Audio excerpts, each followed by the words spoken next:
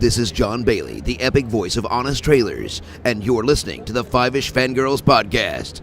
It's a Fangirls podcast with five-ish people. The tangents and squee will continue. Squee.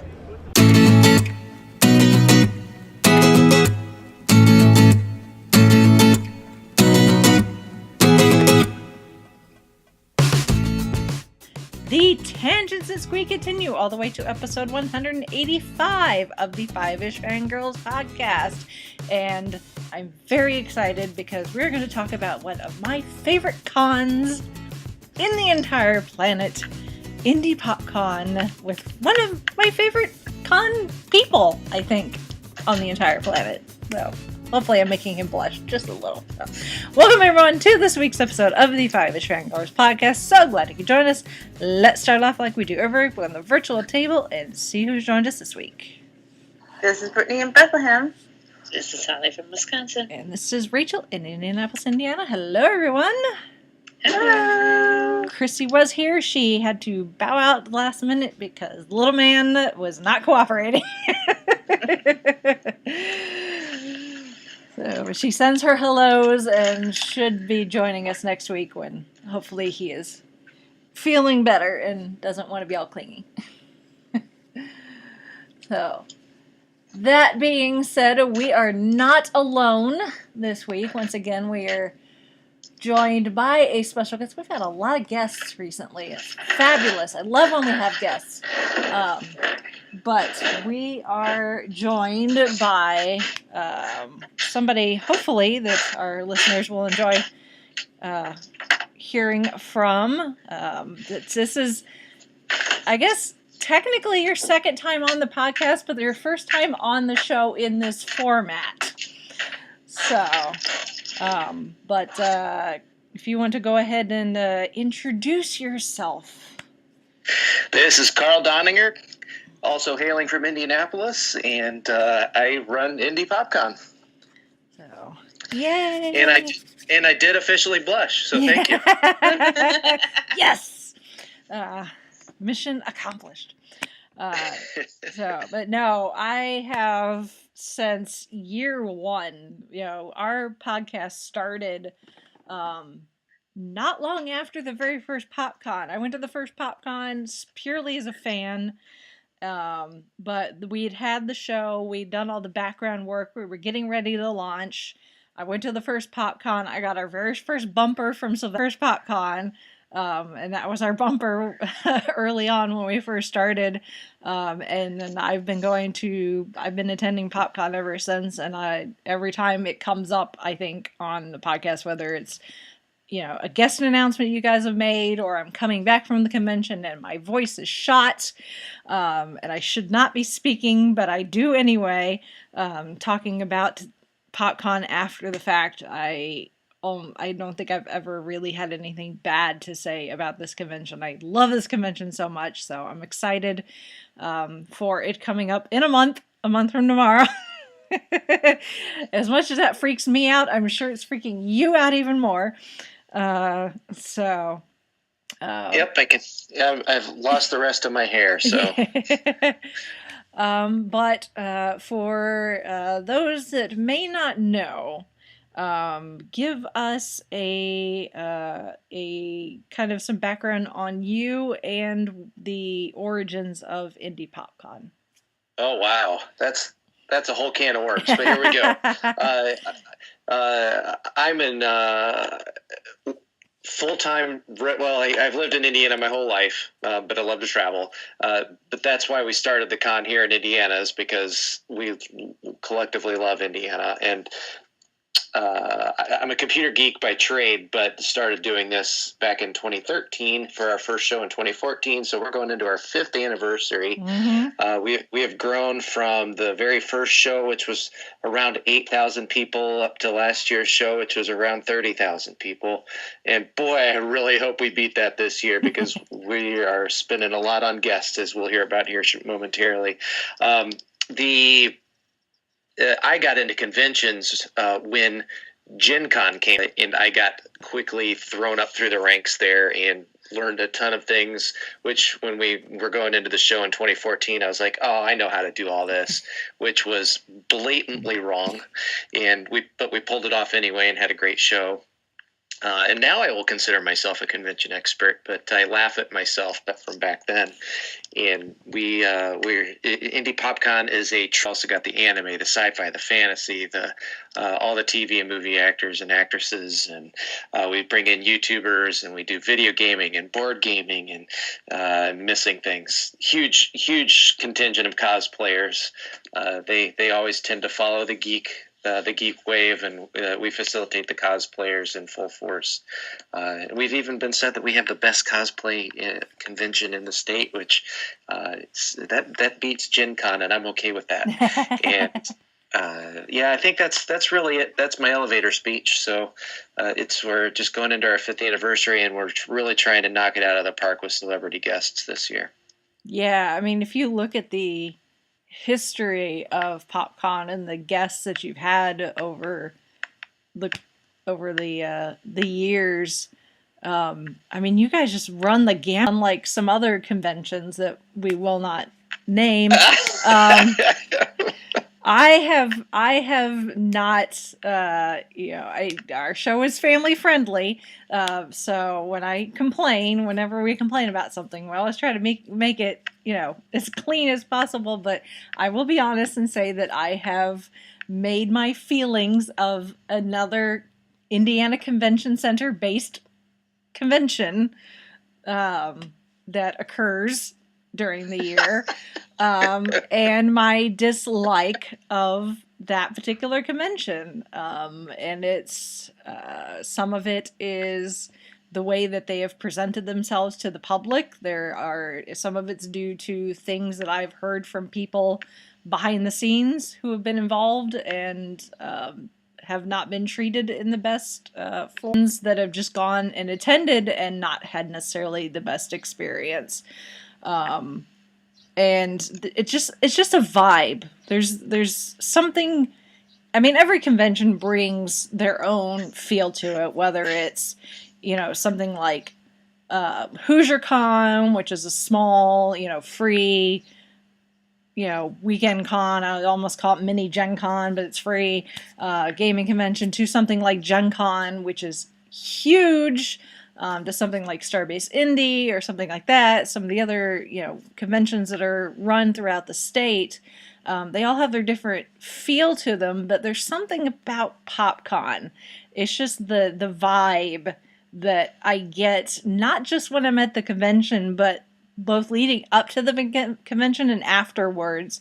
And I think a lot of that has to do with the community that you and the rest of the crew and your volunteers have established on things like Facebook and the different social media platforms, and created this community where people can make friends at the convention and then hook up on Facebook and keep in touch with each other until the following year.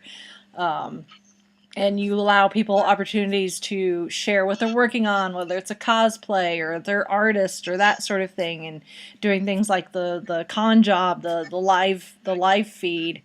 It's a very friendly and almost familial feel compared to some other conventions.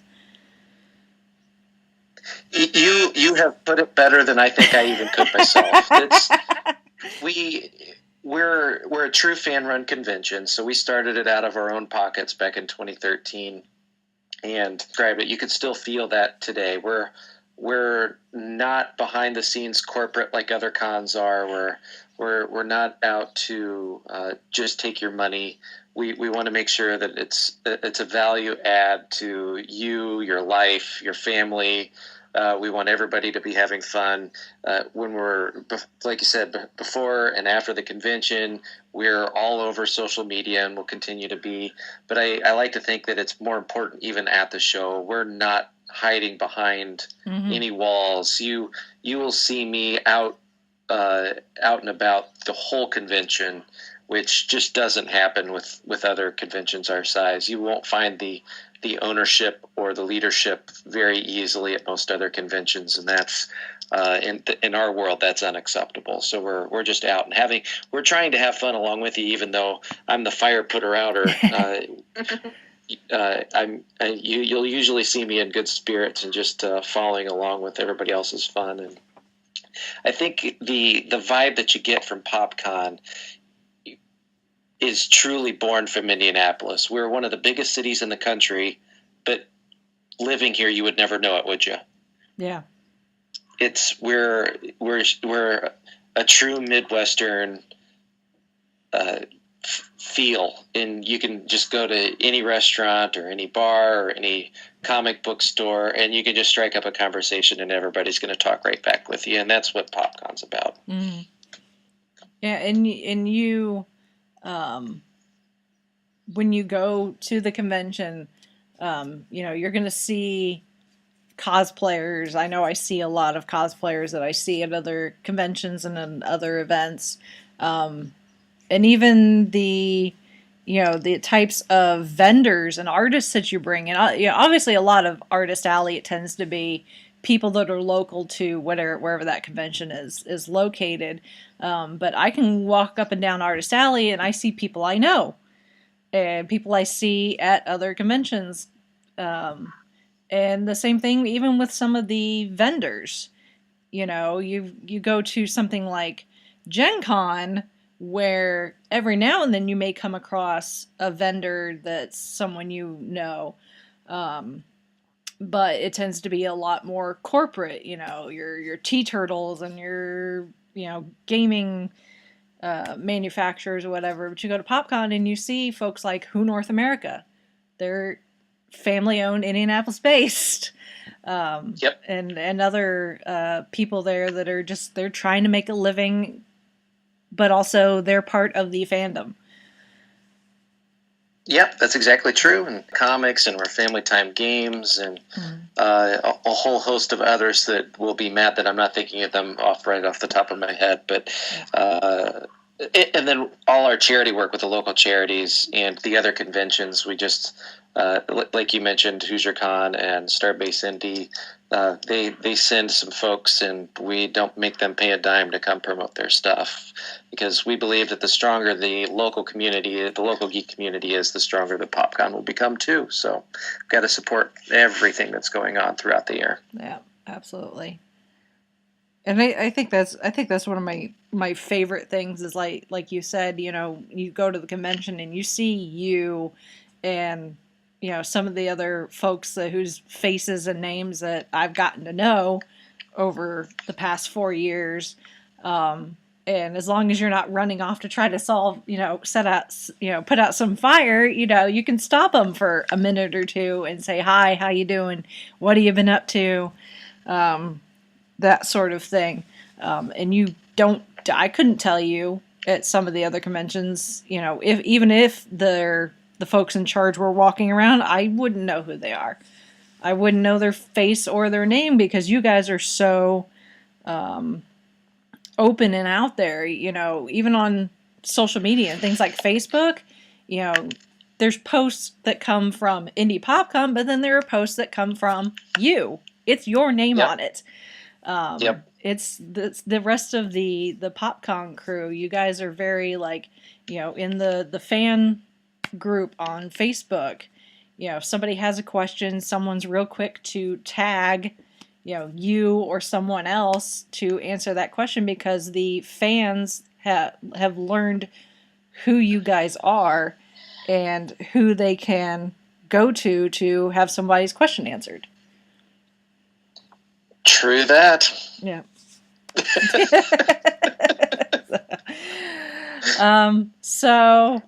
And obviously, I'm a fan, but a podcaster as well. And one of the things that I love about Indy Pop Con is how much you guys have embraced the podcasting community in Indiana.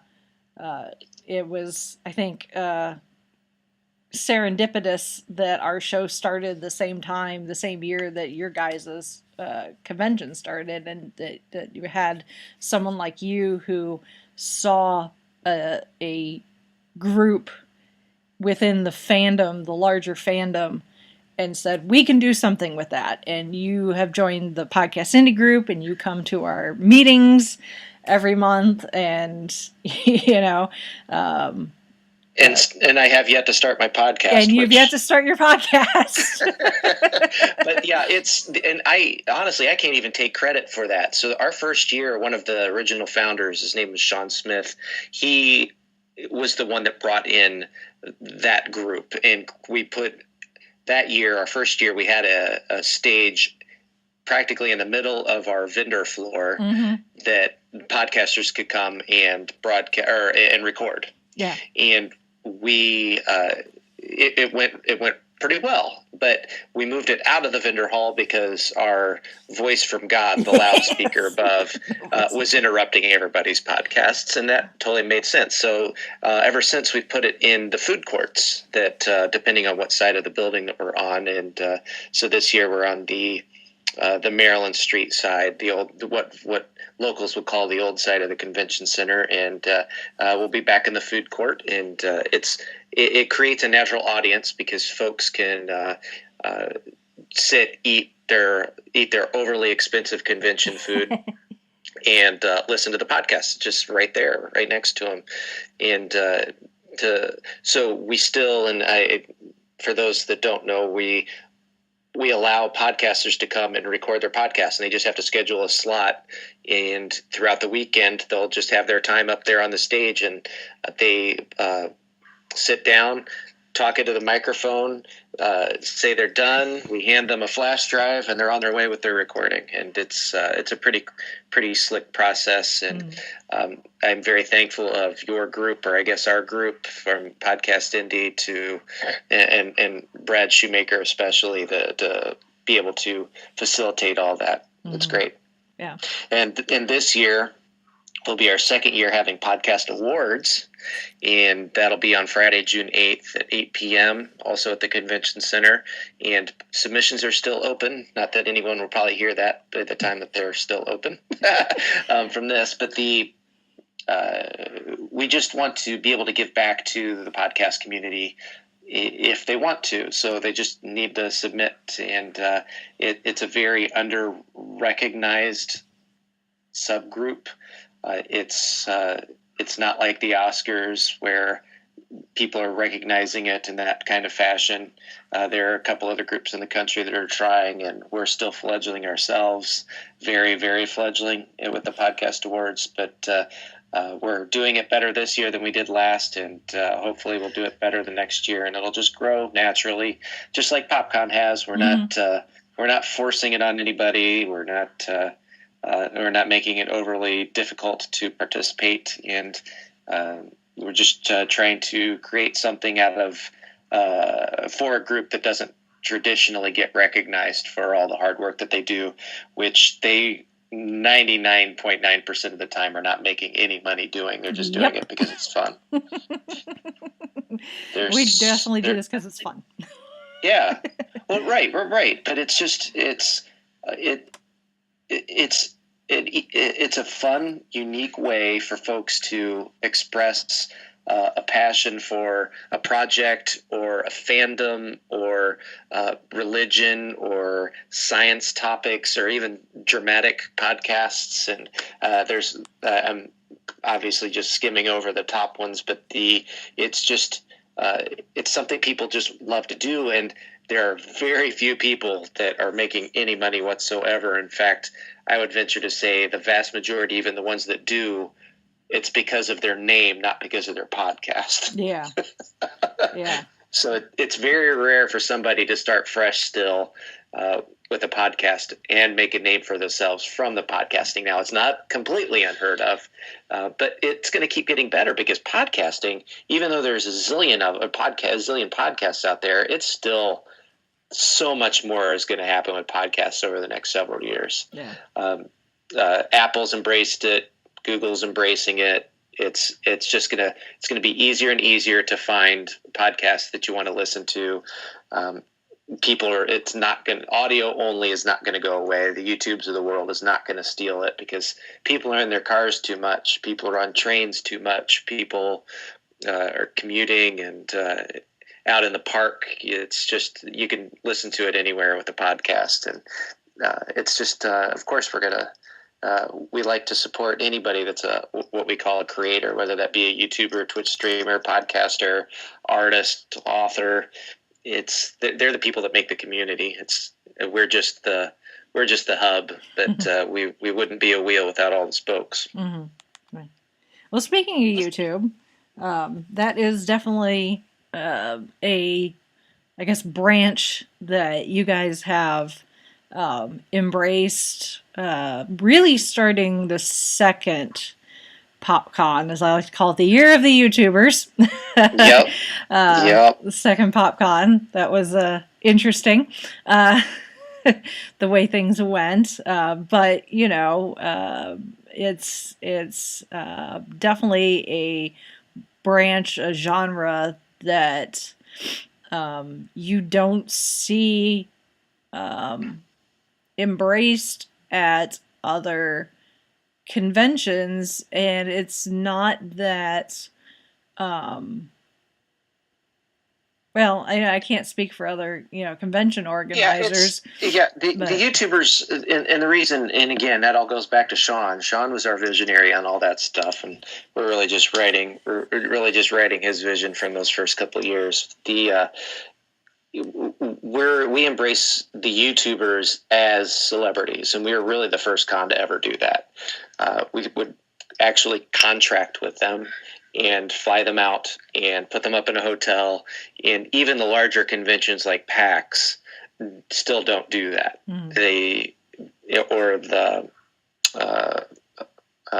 Now I can't even think of the YouTube con's name, but like VidCon and Playlist Live. And, VidCon, that's what I was trying to think of.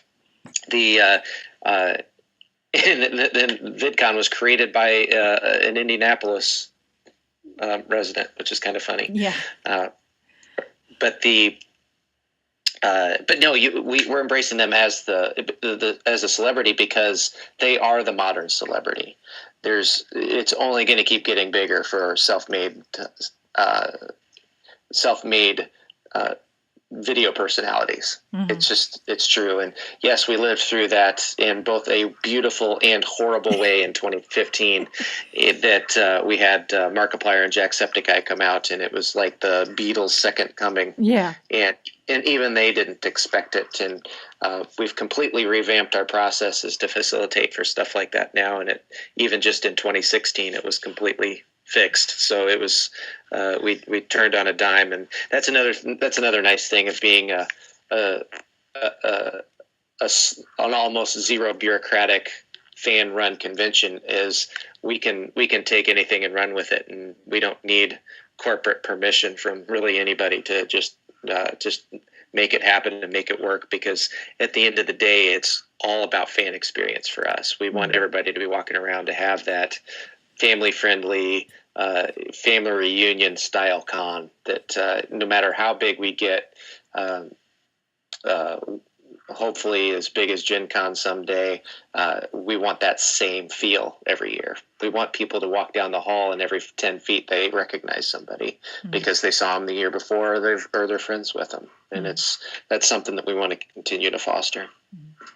Well, and it's great that, if you do try something, after that first year with, Jacksepticeye and Markiplier, and realizing, oh, well, we need to, if we're going to do YouTubers again, we need to come up with a new plan.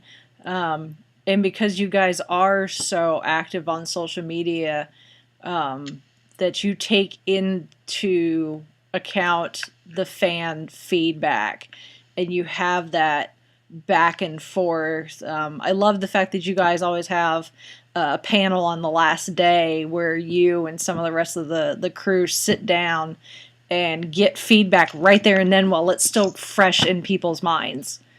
But even after that, you send out email surveys and continue to ask questions on the Facebook group and that sort of thing. And you're very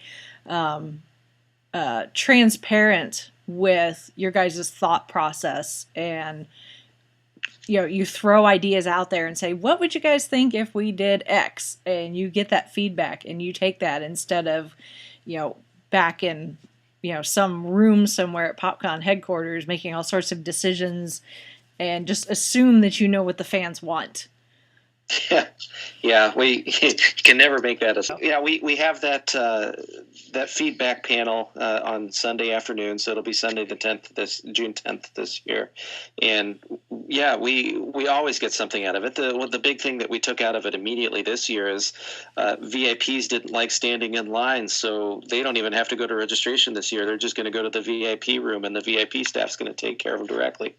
And that was an easy fix, and it's one of those dumb moments where why didn't we do that last year? And it's just simple things like that it just requires somebody putting it in your face until you realize that it's an easy fix. And it's the fan feedback the panel is important, and I'm proud to say that we internally call it, hey, it's the bitch session. We let everybody come in and complain about things, and save for the few people that came to discuss their thoughts on our line management problems in 2015, which we had all hands on deck all weekend for. So it was really nothing more that we could have done, and everybody recognized that. Other than that, we've only gotten good positive feedback in our bitch sessions, and which is fantastic. And each year just runs more smoothly than the last, and we're getting better at it. And the fans are understanding our goals and our processes, and it's just starting to click for everybody. But on top of that, we're a super first-timer friendly convention too. You don't ever have to have been to a convention of any kind to come have an absolute blast at PopCon, because we just make it easy. Everything's easy. Absolutely. So, speaking of the convention, let's talk about this year's, because it's coming up, as we said, a month from tomorrow. Will be the start of this year's PopCon, and it being kind of a birthday year for you guys. You seem to, and I think, talking to you, both with the feedback from the fans and just keeping an eye on, I'm going to sound like an old person here, but what the kids are into these days. The guests that you have coming this year, it's probably one of the best lineups you guys have had since the convention started. And my wallet is crying already. Yeah, it's incredibly exciting and very scary at the same time, because we have gone way out of our budget that we've had in the past, so that we can do this to try and have another big growth spurt here this year. And but we need people to show up. But we've got 3 Games of Thrones actors. And in Game of Thrones, that would be a White Walker, Bran Stark, and Hodor. And between Bran Stark and the White Walker, those are the top 2 most powerful people in the Game of Thrones universe. So it's kind of cool. And by anybody's estimation, and Daenerys doesn't come in until at least 3rd. But no, it's really cool, and it's I think having the combination of Christian Nairn and Isaac Hempstead Wright, who was on Christian Nairn's back for the first couple of seasons, that's pretty cool, and we're really excited to have that combination, and I think that Game of Thrones panel is going to be one heck of a panel. But then we outdid ourselves a little bit and got Will Wheaton and LeVar Burton. We've been trying to get Will for all 5 years, and he was finally able to make it this year.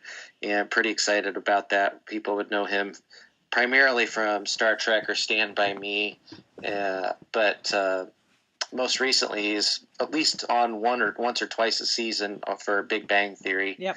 and I think he's on it this week. Yeah, the big So, the big Sheldon wedding. and Amy wedding, yeah. Yeah, and LeVar might actually be on it this week too. Somebody else is in it this week. Well, Mark Hamill's in it, so. yeah, but LeVar Burton's been on the show too, so Yes. I don't know what kind of reunion they're having this Thursday for this wedding. Yeah. But yeah, but then of course, obviously LeVar Burton with Reading Rainbow. and Roots, and he's been a powerful force behind the scenes of late, and directing and producing all sorts of things that we're watching every week that you didn't know that LeVar had his hands in. So that's pretty cool. And then we went even crazier and got an Avenger, which is actually and it is much fun. As big of a Star Trek fan and as big of a Games of Thrones fan that I am, the thing that really is freaking cool that we were able to pull off is 2 women actresses for our Marvel panel, and they're Elizabeth Henstridge and Pom Clementieff, and Pom has been all over the talk shows the last couple of weeks, and it's going to be interesting to see what she can and cannot share in that Marvel panel, and see how bad she is compared to some of her fellow co-stars. Yeah, and it's but with the combination of Elizabeth Henstridge, she's coming off what I think is her best season yet of Agents of S.H.I.E.L.D. Oh, yeah. Her character has been quite event ridden. I don't know how else to put it. She's been a major part of this season, unlike Agent Simmons' character has been in the past. She's always been there, has always been one of the main characters, but not like this year. It's a whole different ball game this year, and it's kind of cool to have them both, and especially with they're going to have unique perspectives on the Marvel universe. And even Agents of S.H.I.E.L.D. completely tied into Infinity War this past episode, which I thought was really cool. And they've done that in the past, but boy, it landed home big time this week. So, but it's going to be interesting because they're going to have completely different perspectives on their respective universes, their respective parts of the universe. Mm-hmm. And then we've got 2 Power Rangers with David Yost and Jason Font. So one thing we're trying this year, if you haven't noticed, is we're trying to get pairs of people. So we don't want just one person from a particular universe. We want at least 2 from that thing.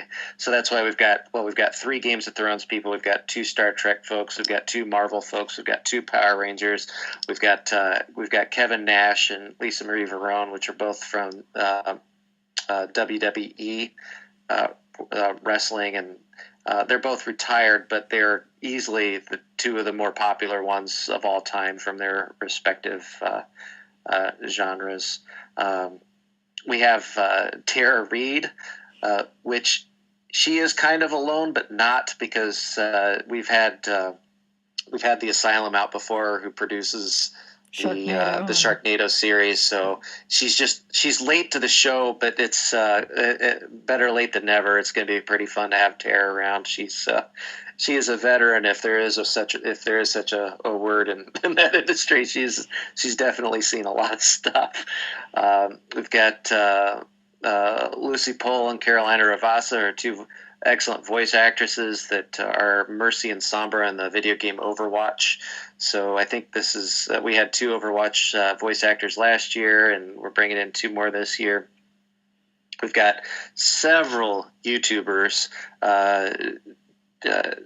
and I'm still yet to announce several more. But we've got Ray Narvaez Jr. coming back, who is formerly of Rooster Teeth and still super popular, especially on Twitch and his live streaming. And then we've got Ethan, who is Crank Gameplays, and he's been a veteran. I think he's been at every show except the first.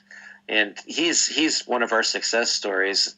Not that we can claim it directly, but he came out as a fan in 2015 and drove or flew down from Maine to meet Markiplier of all people, and Sean, who's Jacksepticeye, and they met, and now they're working. Well, they have worked together over the last couple of years, and I think that's pretty cool. And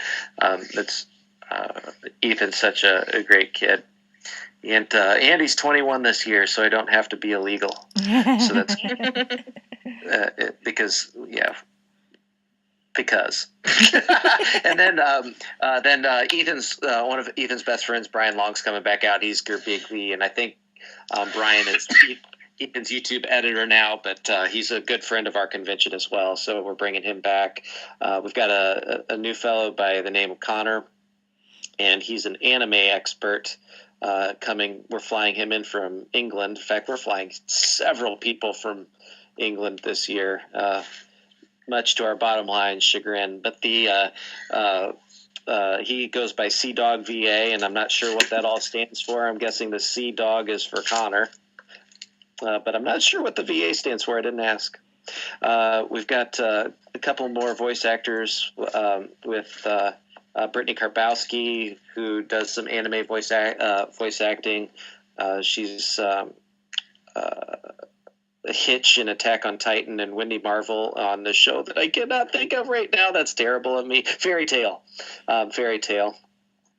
and several others. She's in a ton of anime. So the English versions of the anime. So we're pretty excited to have her out. And then we've got Ed Trotta coming, who is Tyrell in Diablo and Malfurion in World of Warcraft, and he has never ever been a guest at a convention before. So We're pretty excited to have a newbie from that front, and he's really excited to just come see what it's all about. And hopefully we don't overwhelm him, that he'll want to continue to do conventions. So if anybody looks up, just Googles Ed Trotta, Trotta, I guarantee you've seen the guy. So he's not just a voice actor. He's been in just about everything you've watched at some point. It's kind of funny, but it's always one episode. He just does one episode, and it's one special character. But he's done it, and I can almost safely guarantee you'll at least say, "Oh, I recognize that guy," and you'll at least get that far. I like those kind of actos, like, "Oh, I recognize you." Yep. And then we've got so many. We've announced so many comic artists, and that's not my strong point, so I can't name most of them. We've got off the top of my head, but I know we've got Jim Steranko coming, who is at the same level as Stan Lee and Jack Kirby. He's back from the primordial Marvel days, and I think, and don't quote me on this, again, not my strong suit, but he's the one that really facilitated the growth of Agents of S.H.I.E.L.D. and even created Nick Fury as a character, and has done a lot of work in the Marvel Universe. And he's going to be there for our Saturday and Sunday. And we've got some professional cosplayers that we've got. At least, I think we've got 12 other comic artists than just Jim Steranko, and wouldn't even be able to begin to remember all their names, because again, that's out of my bailiwick. But you can check out our website, and anything that we've announced will be up there. And we're reinstituting 24-hour tabletop gaming this year. We haven't done that since our very first show. Because we did it at the convention center our first year, but they lock the door, and you don't buy the whole building, so they lock the doors on you. So it was tough to get people in and out. And but this year we got smart and said, hey, why don't we do it over at our primary hotel at the Westin? So we've got 10,000 square feet that's just going to be wide open at the Westin, to where people can board game all weekend, no matter what time of day they want to go. Nice. In the convention center, we're going to have esports again, tons of it. And virtual reality and escape rooms. This year we're adding laser tag, so pretty excited about that. And the escape rooms are going to be all brand new for us too.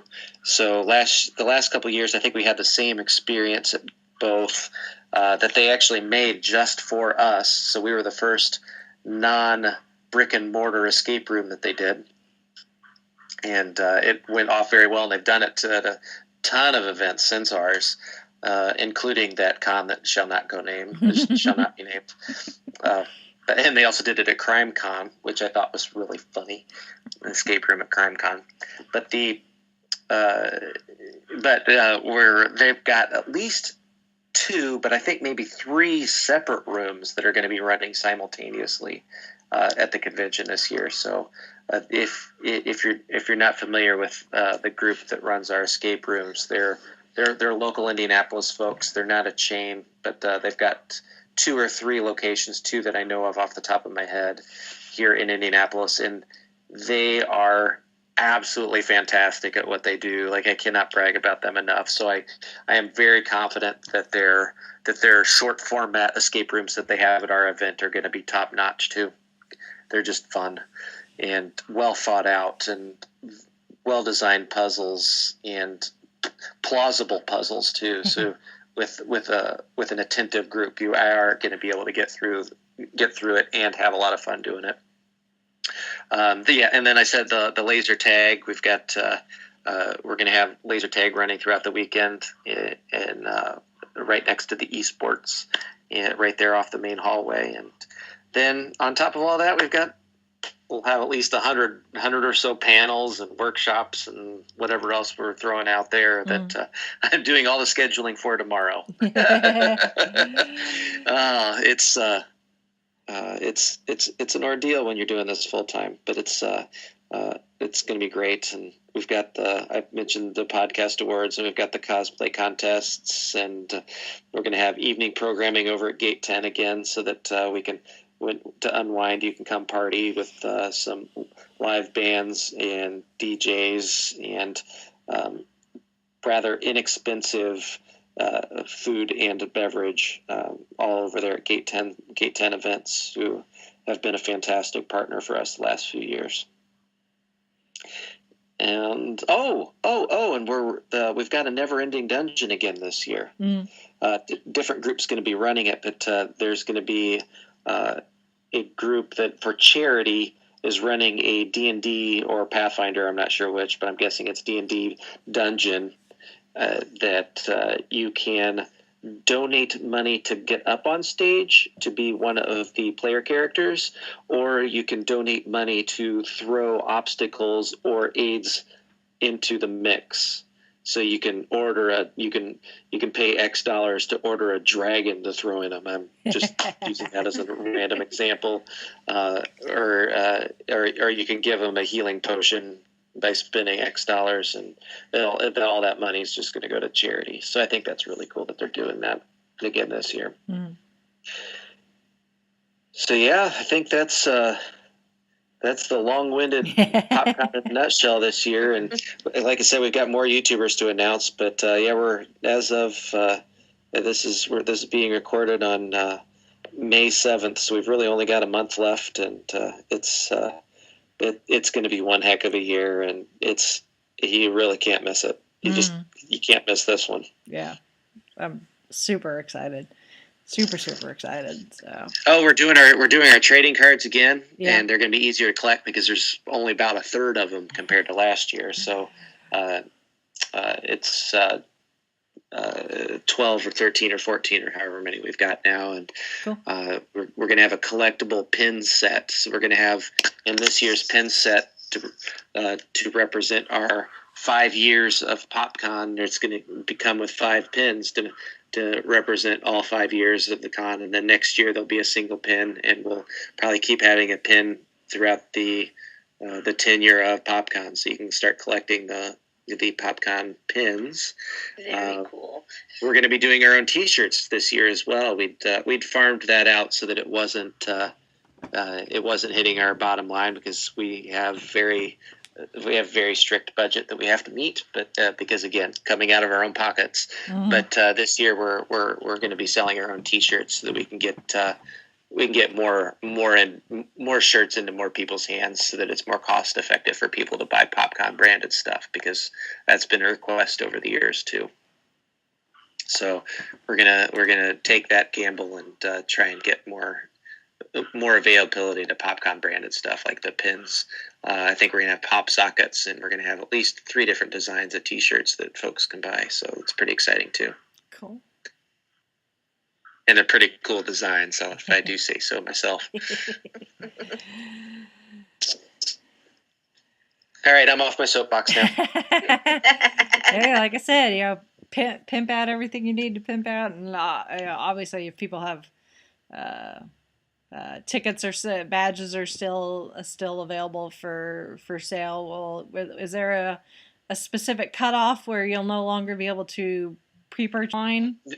No, so you'll always be able to buy online, but Okay. to get the discount for the quote unquote pre-purchase pricing, that will end the Thursday before the convention. Okay. So all the way up to the convention, but once it becomes convention hours, which is really Thursday evening, because we open up registration at 6 p.m. Mm-hmm. That's probably when we'll flip the switch to where it's what we call door pricing, which is the full price to get in. So we leave it open as long as we can so people can get the pre-purchase pricing we have every year. Okay. But the infrastructure of such to do it all on site, it costs us more, so we have to charge a little bit more. And then photo ops are up for sale. Yep. That's highly recommend to get those early too, so that you don't have to waste any time at the convention to stand in line. You'll just be able to bring your little QR code to the proper time and just get directly into line. There was again at that convention that shall not be named. There were a lot of complaints, and of course we listened to that stuff. Now it wasn't one of our problems, but if people that do go to that other convention, they had to stand in line in order to stand in line, and we're not doing that. We do allow pre-sales for photo ops, which they do not. You have to do it all on site. We're not going to do it this year, but we're gonna look at other conventions to look at pre-purchasing autographs as well. It's not really done in the industry, so we want to look at other conventions that are doing it to see how it affects their line management and their capability of getting people through the line.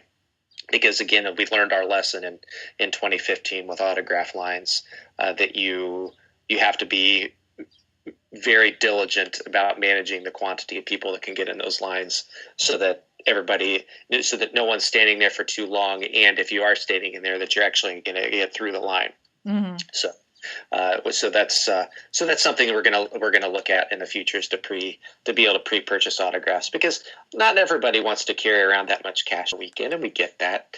And but we'll happily take it off of your hands very quickly with all these photo ops and signatures, because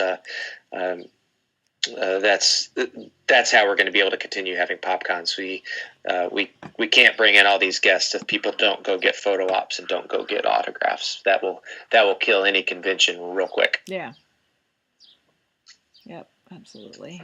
So, do you have any other questions? I mean, like I said, you guys are very active on social media and everything. So if people have questions, they can easily, go to the website and send an email, or hop on the Facebook page or the Facebook group. There's a bajillion different ways, I think, to get a hold of someone from PopCon if you have a question that absolutely has to be answered. Yep, it's just info@indypopcon.com. That comes pretty much straight to me these days, so that's easy.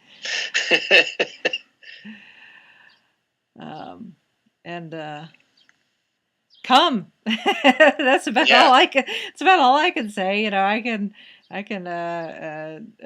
tout how much I love this convention until I'm blue in the face. But I think really, people need to come and experience it for themselves. And whether you're a convention veteran or this is going to be your first convention ever, I don't think you can really go wrong with coming to Indy Pop Con. I know after it was announced Elizabeth Henstridge was announced as a guest, Brittany, was suddenly getting on Google Maps saying how far it was to drive from where she is in Pennsylvania to Indy. I'm like, I got a couch you can crash on.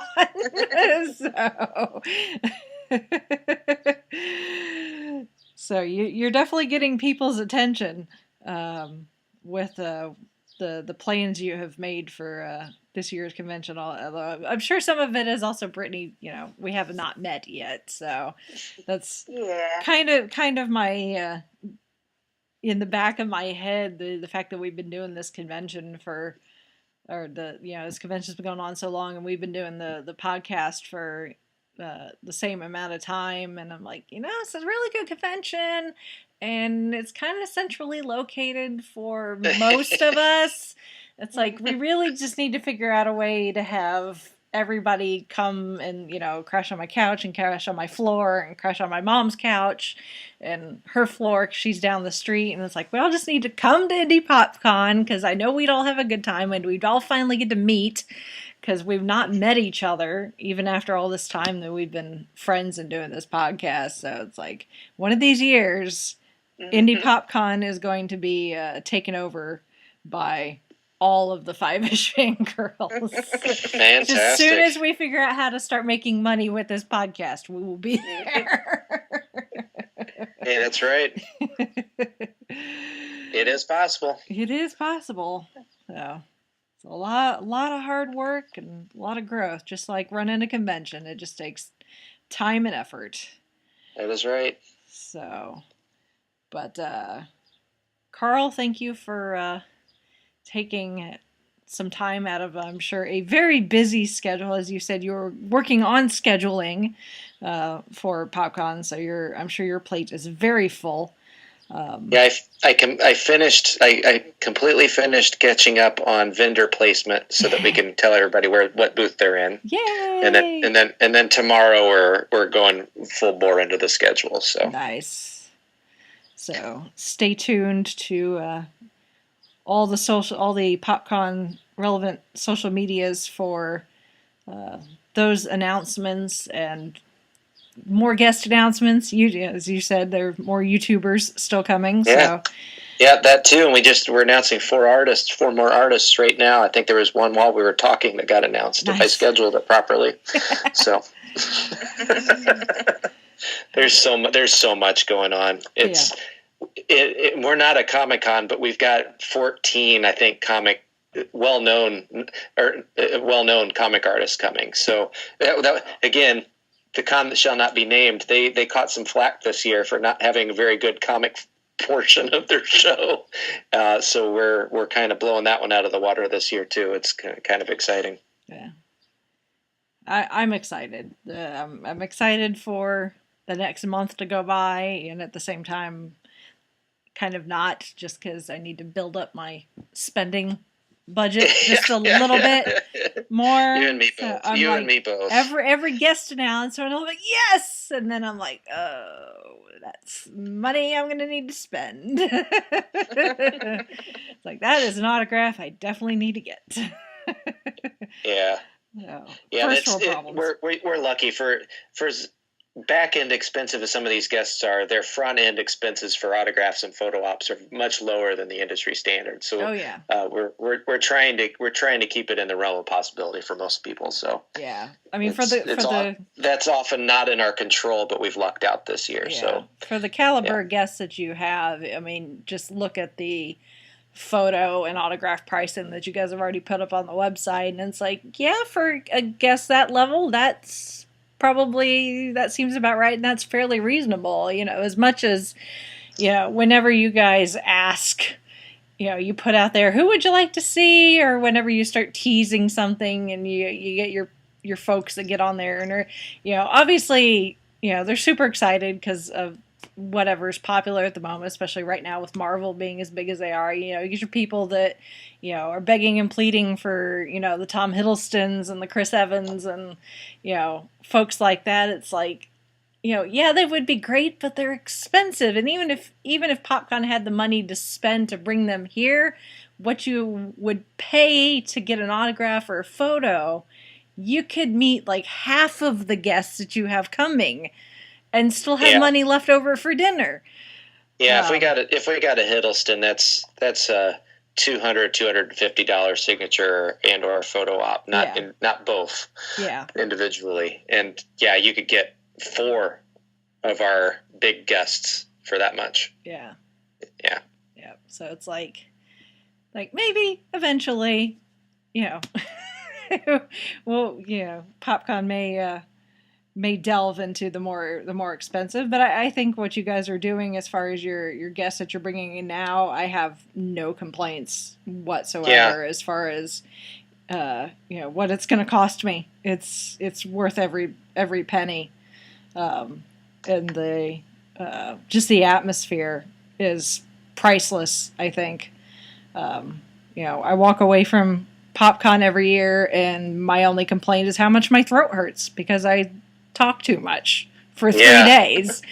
So and it's not even necessarily that and your feet, because there's a lot to explore. We're definitely more than a single day convention, and you can get a lot done in one day. But to really enjoy PopCon, you need to come 2 or all 3 days. Yeah. So, anything else you would like to add? No. Just buy your ticket early. Yeah. buy your ticket and prepare to have fun. That's right. So. And hold on to your hats. That's right. It's gonna be. We're gonna blow you away. Yep. Hold on to your socks. And wear good, comfortable socks. Speaking of socks. Yeah. Yes. This is not. The concrete is not a pumps. Yeah. Yeah. I can totally attest to that. Yeah. Mm-hmm. For somebody who's worked retail before, you need comfy socks and you need thick-soled walking shoes. Yeah. Yep. Yeah. As walkable as downtown Indianapolis is, that's one of the great things about the location is the convention center is so close to several hotels. So even if you're not at, the main PopCon hotel, there's several others that you could stay at too that are within reasonable walking distance. Plus it's attached to the mall, so you've got the food court there, and all sorts of things. There's a movie theater, so you can, even a month from now, you could probably still go see Black Panther if you need to put your feet up, because at the rate it's going, it's still going to be in movie theaters, so you could go see it and then go see Infinity War and then go meet Palm and be like, hey, I just saw you. I think Solo will be in full swing for PopCon. Yes. Mm-hmm. Yeah. Mm-hmm. Yeah. Yeah. We almost, we were so close. We almost had Jonas, who plays Chewbacca. Oh. It would have been perfect timing. He's even going to be at Denver Comic Con the weekend after us, and I think it was all going to work out. But then I think we were just close enough to the release that he was still on some tour somewhere else. Mm. So it came. Because he initially said yes, that it was going to work out because he was going to be in the States already, but then in the timing didn't work. So hopefully we'll get Chewbacca at a future show, because I think that would be pretty cool. Pretty cool. Yep, that would be. Absolutely. So, all right. Well, IndyPopCon.com, right? Yep, IndyPopCon.com, all one word, minus the .com part. Yeah. And that's INDY for those indie developers. Yeah. Not INDIE, yes. It's INDY. Yeah. Because that's for those who don't know the nickname Hoosier for vernacular. Indianapolis. Yeah. Especially this is Indy 500 month. People should know that. Yeah, no kidding. So, compared to the way the city gets this month, PopCon's going to feel relatively calm, I think. Yeah. I'll tell you what, it's fun advertising against the Indy 500. Yeah. This we're going to learn our lesson this month. Yeah. And we haven't announced it yet, but we're the exact same weekend next year too. So we'll have to learn all our lessons this year so we can maximize our branding during Indy 500 season again next year too. Yeah, well, and there's the second half of that Avengers movie is due out same time next year, so I love it. be able to ride the coattails of that, hopefully. So I know when we went and saw Infinity War opening weekend, and they're at the State Museum, and they had let you had put out the postcards, so people walked out of the theater with their shocked faces on. They could pick up a postcard and be like, "Oh, I can meet Mantis." So Yeah. I was standing in line to get popcorn, and somebody behind me is like, "What's Indy Pop Con?" And I'm like, "Tell him, tell him, Gene, tell him all about it." It's like, let me tell you about Indy Pop Con. So I try to make sure I got a handful of postcards. I've thrown them around different communal spots at work, and I've got some tacked up on the outside of my cubicle. When somebody walks by, it's right there. So I'm more than happy to pimp out the convention as much as possible. Just give me something to hand out, and I would be like, "Here you go." Have at it. Yep. So, all right. So indypopcon.com, INDY, is where you can find all the information by badges, by photo ops, by parking. You can buy parking. Prepaid parking. Parking is up there too right now. Yep. Cool. Very cool. So, well, Carl, thank you very much for joining us properly this time. Not that you weren't properly the first time. It's just it happened to be that live podcast recording that you guys do at PopCon is where I talked to you the first time all those years ago. Yeah, the fact that you got me even for those 15 minutes that year was a miracle. Because that was the YouTube year, wasn't it? Yeah. Yes, that was the year of the YouTubers. So I think that was before the proverbial poop was hitting the fan, so you caught me early. I got like the first slot, and technically the convention hadn't even started yet. Yeah. I think I had like the slot an hour before doors opened, I think. I believe it. I remember that, yeah. But yeah, I'm still waiting for my waffles, by the way. One of these years I'm gonna get waffles. I'm gonna get waffles out of you. I was told you were king of the waffles. That. You keep reminding me. You were king of the waffles, and you came, and I did not get any waffles, and it's been 3 years, and I'm still waiting for my waffles. So. I know, and now Stranger Things has just made waffles even more popular. Yeah, and unfortunately, the walking waffle place in the food court at Circle Center is closed, so you're off the hook for now. Thank you, everybody. Nope. Speaking of Stranger Things, a little strange there for a second. Good old technology. It's always wonderful. So with PopCon coming up, if anyone is not making it and wants to follow my adventures, because I will be there the entire weekend, you could always follow us on all our social medias. All links to those, the5ishfangirls.com, so you can link up, follow us on Twitter and Instagram. So a month from now, when I'm posting all the pictures and Instagram videos about how much fun I'm having, you can like and tell me how jealous you are of me and wishing you were with me, and then you can plan for next year. So, all right. So with that, and I will make sure to put the link for the website, Indy Pop Con, and everything, and the show notes and the Facebook page and all that fun stuff. So people can, somehow they forget, they can just link to it from there. So, all right. So with that, we shall sign off for this week. This is Brittany and Bethlehem saying goodnight. This is Holly from Wisconsin saying good evening. This is Rachel in Indianapolis, Indiana, home of Indy Pop Con. 1 month from now, hopefully you can carve out time to come join in the fun, and we shall see you all next week. Bye!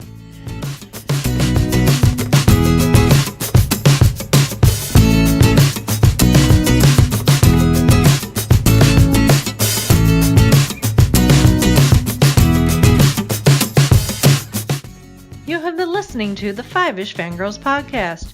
You can find more episodes and information at the5ishfangirls.com. Any and all books, movies, games, and other forms of media mentioned are owned and operated by the respective copyright holders.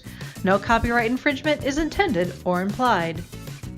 If you'd like to support the show, the best and easiest way is to leave us a rating and review on iTunes.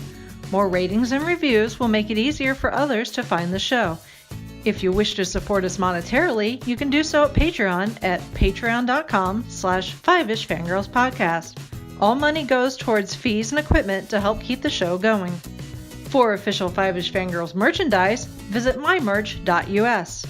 We love hearing from our listeners and encourage feedback. You can email us at fiveishfangirls@gmail.com. You can also like and follow us on Facebook at facebook.com/fiveishfangirls. Thank you so much for listening, and we'll see you all on the next episode.